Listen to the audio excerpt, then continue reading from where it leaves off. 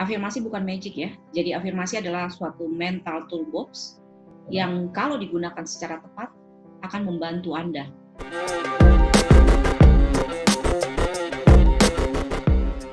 Dalam daily motivation atau dalam boost self-esteem Anda atau untuk positive changes ya dalam life Anda. Jadi jangan main-main, afirmasi kalau digunakan dengan tepat luar biasa. Perkenalkan, saya Devita Namal sebagai performance coach. Kali ini kita akan membahas mengenai afirmasi, definisinya seperti apa, the science behind affirmation, kemudian benefitnya, kemudian yang paling penting bagaimana melakukan praktek afirmasi yang benar, dan juga kita lihat contohnya. Jadi kalau kita lihat definisinya dari Psychological Dictionary tentang affirmation, jadi itu adalah suatu kalimat, suatu frase positif yang harus kita ucapkan secara berulang kali ya, repeated, yang akan berdampak mengencourage adanya pikiran, perasaan, dan attitude yang lebih positif dan lebih happy. Jadi itu definisi singkatnya. Nah, kalau kita melihat the science, saya langsung jumping ya, the science behind affirmation. Benar nggak sih affirmation itu berdampak? Jadi kalau kita lihat ada satu penemuan dari Profesor Christopher Cascio ya, dia melakukan research menggunakan MRI, magnetic resonance imaging, untuk melihat di dalam brain kita apa yang terjadi pada saat seseorang melakukan afirmasi. Yang menarik adalah ketika orang-orang melakukan afirmasi, ada satu bagian di otak mereka, di brain mereka, yaitu yang berhubungan dengan reward center itu aktif. Jadi reward center itu sama dengan ketika kita misalnya lagi makan sesuatu yang kita suka banget, atau ketika kita menang undian gitu ya. Nah itu sama aktifnya ketika kita mengucapkan afirmasi. Jadi itu studi yang dilakukan oleh Profesor Christopher Cascio. Yang kedua, dari Law Attraction Theory, mengatakan bahwa kita bisa menarik sesuatu itu kalau vibrasinya sama. Jadi kalau Anda mau misalnya menarik sesuatu yang lebih bagus, orang-orang yang baik juga ya, proyek yang bagus dan sebagainya, ya tentu vibrasi kita harus sama. Kalau nggak bisa. Nah, salah satu cara untuk menaikkan vibrasi itu adalah lewat afirmasi. Jadi dua teori ini mudah-mudahan bisa membantu ya. Nah, benefitnya afirmasi sebenarnya apa sih? Ini benefit realnya ya. Saya mau membahas dari 3 sisi. Yang pertama adalah daily motivation. Jadi paling simpel kita menggunakan afirmasi ini dalam kehidupan sehari-hari untuk menguatkan, untuk memotivasi. Saya kasih contoh misalnya kita sibuk banget gitu ya, tapi kita punya komitmen, katakanlah 1 minggu sekali. Kalau bagi saya harus produce video misalnya untuk YouTube. Padahal kayaknya nggak memungkinkan, hektik banget gitu ya dengan jadwal klien, coaching dan sebagainya. Tapi saya sering menggunakan afirmasi bahwa I can do it, I will produce that gitu loh.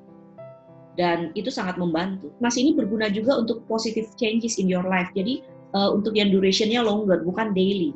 Jadi katakanlah ada project jangka panjang yang ingin di-deal gitu ya, atau ada kompetensi tertentu yang Anda ingin kuasai. Nah, afirmasi ini juga sangat membantu. Yang ketiga adalah self-esteem, percaya diri. Jadi afirmasi yang tepat itu sangat membantu Anda dalam mengencourage, dalam meningkatkan self-esteem Anda. Nah, cuma yang harus diperhatikan waktu kita bicara afirmasi dan self-esteem, fokus dari afirmasi Anda itu harus spesifik di action. Jadi Anda nggak bisa mengatakan, oh I will be the best of this.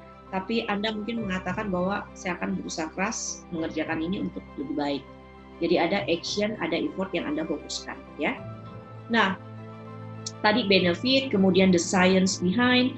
Nah, yang berikutnya adalah yang menarik adalah how we can implement this gitu ya. Caranya gimana? Nah, yang pertama harus regular practice. Jadi Anda nggak bisa menggunakan afirmasi cuma untuk 1 kali lewat, udah nggak bisa. Harus regular practice ya, itu yang pertama. Nah, yang kedua harus future oriented. Jadi jadi Anda selalu membayangkan yang the future yang Anda mau ya. Karena dari research ada yang mencoba antara future dengan past, itu nggak berhasil yang past. Jadi afirmasinya adalah selalu yang bersifat future oriented. Kemudian yang ketiga, lebih fokus ke personal values Anda, harus align dengan personal values Anda. Jadi jangan Anda mengafirmasikan sesuatu yang bertentangan dengan values Anda.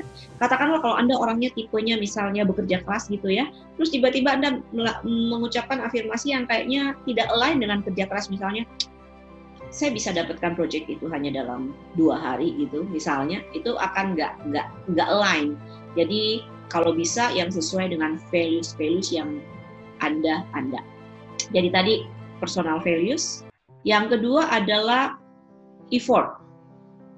Anda bingung antara effort dan competence. Jadi contohnya misalnya gini, saya mau menjadi the best dalam permainan sepak bola ini. Dibandingkan dengan afirmasi Anda adalah I will do my best gitu ya. Nah, yang lebih efektif, manjur dari hasil penelitian adalah yang Anda fokuskan di effort.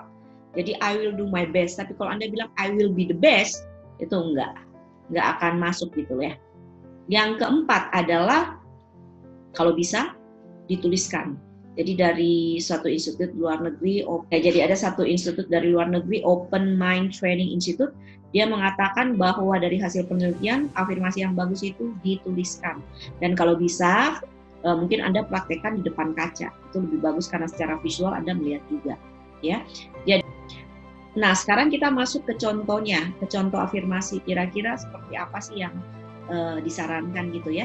Jadi saya mungkin akan membaca 5 contoh yang saya pilih, banyak banget kalau Anda di internet googling kan, waduh ada ribuan, ratusan gitu ya. Saya akan pilih 5 yang saya akan bacakan ya. Tentang self-acceptance ya, ini penting banget karena banyak orang merasa, aduh kayaknya bersyukurnya kurang gitu loh. Ada aja yang nggak dicukup, ada aja yang kurang gitu. Nah ini penting banget, I'm good enough and I'm fine with just being me.